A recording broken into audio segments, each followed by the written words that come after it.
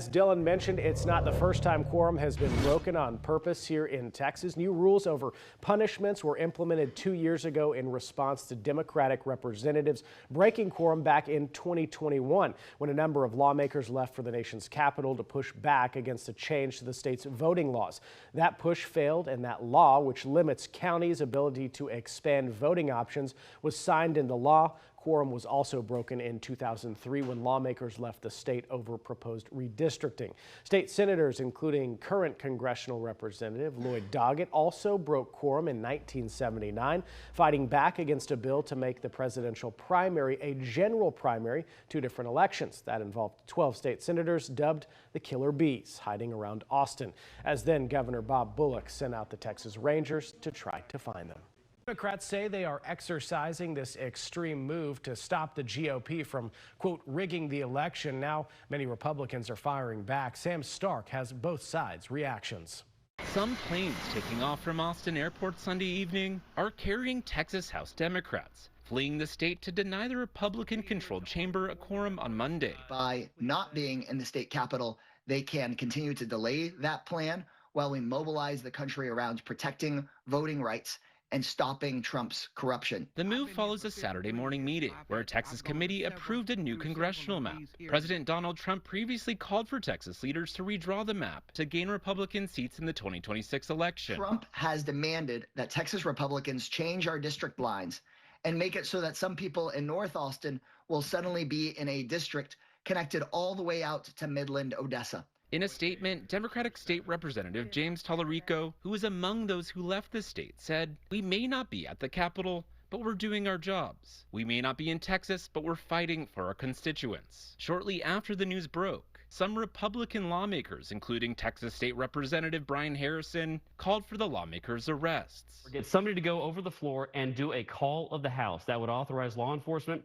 to arrest the Democrats and to bring them back to their job. Representative Harrison said Republicans were within their right to draw a congressional map that favors the GOP. Look, elected Republicans in the state of Texas should be doing everything in our power to make sure that the United States Congress does not fall into the hands of the liberal extremist Democrats. State Representative Nate Schatzline spoke to KXAN over the phone and agreed that the representatives fleeing the state should be arrested.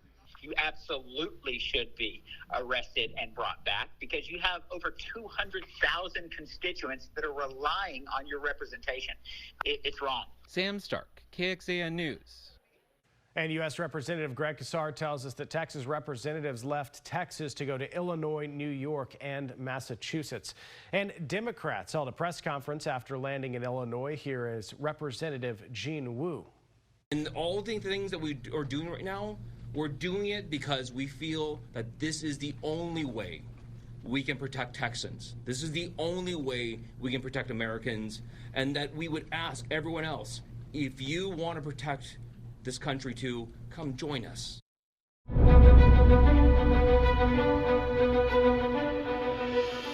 The Texas Senate once again voted to ban hemp-derived THC, doubling down on legislation passed in the regular session. That first attempt at a ban was blocked by Governor Greg Abbott's veto. The governor said instead of a ban, lawmakers should find ways to regulate THC products. But Lieutenant Governor Dan Patrick is still pushing for a full ban. He argues that products with THC currently sold in stores are ending up in the hands of children with harmful consequences. While the Senate carved out a few exceptions not present in the initial bill, the ban is nearly identical to the one passed months ago. The bill's author argued regulating THC is not possible.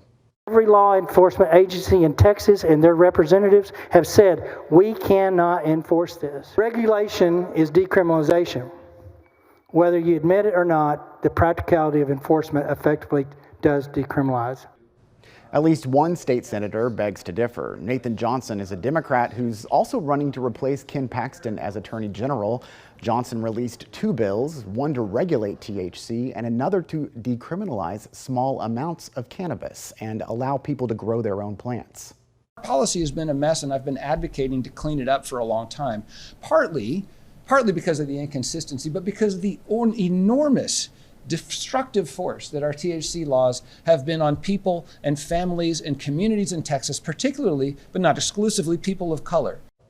Johnson said he's heard interest in his proposal from Texas House members on both sides of the aisle, but some House members are joining the push for a ban. Republican Representative Gary Vandever filed companion legislation to the ban the Senate just passed. He called it a starting point to inform future decisions by the House.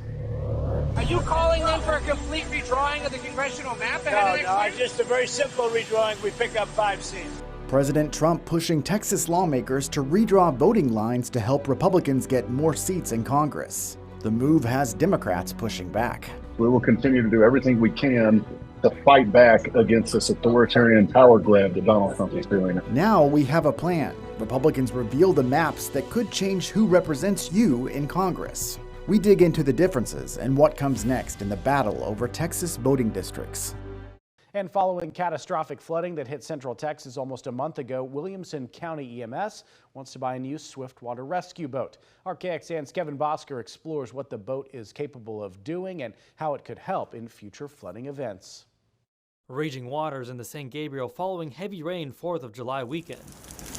The water rising so high, many people had to evacuate, and not everyone got out safe. With the flooding here, our teams tried to rescue at least 3 victims. Unfortunately, 2 of the ones that they tried to rescue didn't make it. Kevin Krinke with Williamson County EMS says the department doesn't have their own boat, which means they have to borrow other departments' boats during these kind of emergencies. Us having our own boat, it just allows us to get to some more of these victims quicker and rescue them without having to wait on people. In their latest meeting, Williamson County commissioners approved applying for a grant from the LCRA, which would allow them to purchase the Zodiac FC420. That's what you're looking at right here. It costs around $21,000. This boat is a tactical boat. It was made specifically for the Navy. Mike Goforth is the owner of Triad Marine in the city of Kemah, near Houston.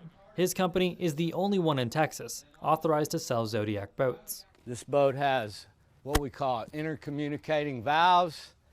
When the boat's inflated, we rotate these valves, and that isolates the chambers. So if you were to get a leak in one of the tubes, the boat won't go flat. The boat can actually be transported in a bag and can be quickly inflated. It weighs about 240 pounds. If we have this boat rolled up, we already have it on a vehicle, we go. We have an engine, we have a motor in the back of the vehicle. We roll that right up to a find a preferable place where we can inflate it right there and put it in. These features, Krinke agrees, can make all the difference. Anybody that's ever stranded, we want to be able to get to them. So having the LCRA provide these grants is great for the community and for Williamson County EMS if they approve it. Kevin Bosker, KXAN News. Rigging up the boat and purchasing personal protective gear will bring the total cost to around $39,000. Kevin has more on the costs over on KXAN.com.